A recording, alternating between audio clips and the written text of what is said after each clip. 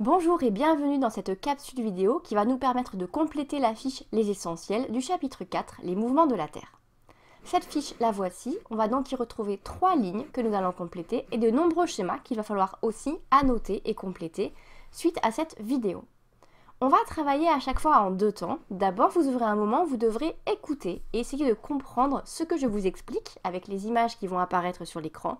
Puis, lorsque j'aurai terminé les explications, vous verrez ce symbole apparaître, ce qui signifie que vous pouvez noter sur votre feuille ce qui est à l'écran. Allez, c'est parti! Première ligne tout d'abord, comment expliquer les alternances entre le jour et la nuit sur Terre? Eh bien, comme on l'a vu au cours de la deuxième activité en classe, la Terre tourne sur elle-même et elle effectue une rotation en 24 heures. Par conséquent, sur la face qui est éclairée par le soleil, il fait jour. Sur la face qui est dans l'ombre, il fait nuit. C'est ce qu'on va pouvoir voir sur le schéma ici à droite. On voit ici qu'on a le soleil et la Terre, et puis les rayons du soleil qui arrivent jusque la Terre. On a donc une face qui est face au soleil qui va être éclairée et une face qui est derrière qui va être dans l'ombre. C'est ce qu'on représente par cette face en blanc et cette face plutôt en gris foncé. Donc ici, sur la face éclairée par le soleil, il fait jour. Sur la face qui est dos au soleil, il fait nuit. C'est la face qui est dans l'ombre. Vous pouvez noter sur votre feuille. La durée d'ensoleillement est-elle la même en tout point de la Terre? Eh bien, on a aussi vu dans cette activité que non. Et la raison, c'est que l'axe de rotation de la Terre est incliné par rapport au Soleil, par rapport au plan dans lequel la Terre tourne autour du Soleil. Voilà ce qu'on va voir sur ce schéma. On voit le Soleil, les rayons du Soleil qui arrivent, et effectivement, l'axe de rotation qui passe par le pôle Nord et le pôle Sud est incliné par rapport du coup aux rayons du Soleil qui arrivent. Pourquoi est-ce que la conséquence de ça, c'est que la durée d'ensoleillement est différente entre différents points? Eh bien, c'est ce qu'on va voir. Déjà, on voit que la face qui est éclairée par le soleil ne correspond pas à une face séparée par l'axe de rotation. D'accord? On voit bien que le pôle nord ici est dans la nuit, alors que le pôle sud est dans le jour. On va suivre les évolutions de 2 points qui sont situés ici pour l'instant, donc une ville située plutôt par exemple à Londres, et puis un point situé sur l'équateur. Voyons ce qui se passe quand la Terre tourne sur elle-même, et que du coup ces points vont se déplacer sur le globe. Alors là, il est midi, on avance un petit peu, on avance un petit peu, on avance un petit peu. Hop, attention, le point situé au niveau de Londres est arrivé à la limite entre le jour et la nuit. Le soleil se couche, il commence à faire nuit à Londres. Il est à peu près 16 heures. Alors que le point qui est au niveau de l'équateur, lui, ici, eh bien, il est toujours dans la journée. Il ne fait pas du tout nuit encore, le soleil ne s'est pas couché. On continue, la Terre continue à tourner. Hop là, ça y est, le point au niveau de l'équateur arrive dans la nuit, dans la limite entre le jour et la nuit, alors qu'il fait nuit depuis déjà 2 heures, clairement, au niveau de Londres. Il est ici 18 heures. Et puis la Terre continue à tourner et les 2 points continuent à se déplacer. Voilà ce qu'on peut représenter, ce que vous pourrez faire tout à l'heure sur vos schémas quand ce sera le moment d'écrire. On va représenter la trajectoire de ces 2 points du coup au cours du temps pour bien visualiser que la nuit va tomber plutôt sur le point en vert situé à Londres que sur le point en bleu situé sur l'équateur. Sur le premier schéma, il est midi, on voit qu'il fait nuit au pôle Nord, jour à Londres et jour à l'équateur. Sur le deuxième point, il est 16 heures, il fait toujours nuit au pôle Nord, il fait enfin nuit à Londres, mais toujours pas à l'équateur. Et sur le dernier carré, ici sur le dernier schéma, il est 18 heures, à ce moment-là, il fait nuit au pôle Nord, nuit à Londres, et ça y est, la nuit est tombée au niveau de l'équateur.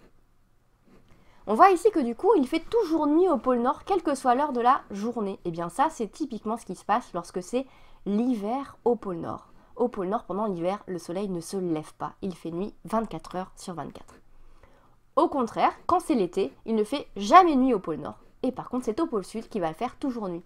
On va expliquer cela avec les 3 dessins qui sont ici. Voyons ce qui se passe lorsque la Terre est passée de l'autre côté du soleil et que cette fois-ci, c'est le pôle Nord qui est exposé directement au soleil. À minuit, au pôle Nord, il fait jour. À l'équateur, il fait nuit. Au pôle Sud, il fait nuit. À 6 heures, il fait toujours jour au pôle Nord. Ça y est, le jour se lève à l'équateur, mais il fait toujours nuit au pôle Sud. Et à midi, il fait jour au pôle Nord, toujours.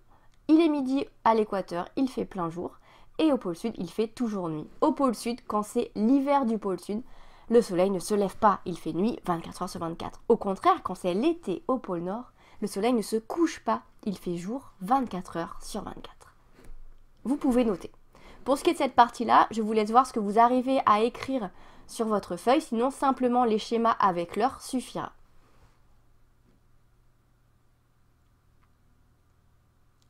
Troisième et dernière ligne, pourquoi la durée d'ensoleillement varie au cours de l'année? Pourquoi est-ce que les journées sont plus longues en été qu'en hiver chez nous? Eh bien ça, c'est toujours dû au fait que l'axe de rotation est incliné. La Terre effectue sa révolution autour du Soleil en un an. Mais comme l'axe de rotation est incliné, eh bien l'hémisphère nord est plus éclairé que l'hémisphère sud pendant 6 mois.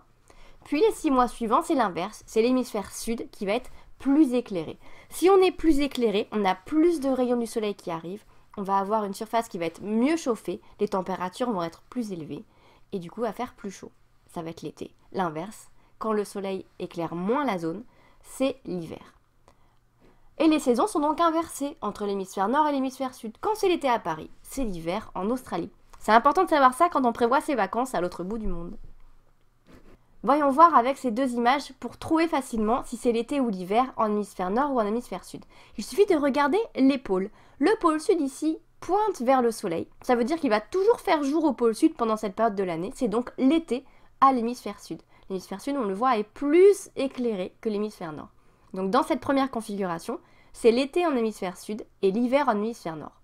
La Terre fait le tour du soleil. Quand elle se retrouve de l'autre côté, c'est l'inverse. On voit que le pôle nord est pointé vers le soleil, il est orienté vers le soleil. L'hémisphère nord est plus éclairé que l'hémisphère sud. Il va donc faire plus chaud. On a donc l'été en hémisphère nord et l'hiver en hémisphère sud. Donc premièrement, le pôle sud vers le soleil, c'est l'été à l'hémisphère sud. Deuxièmement, le pôle nord vers le soleil, c'est l'été dans l'hémisphère nord. Vous pouvez noter.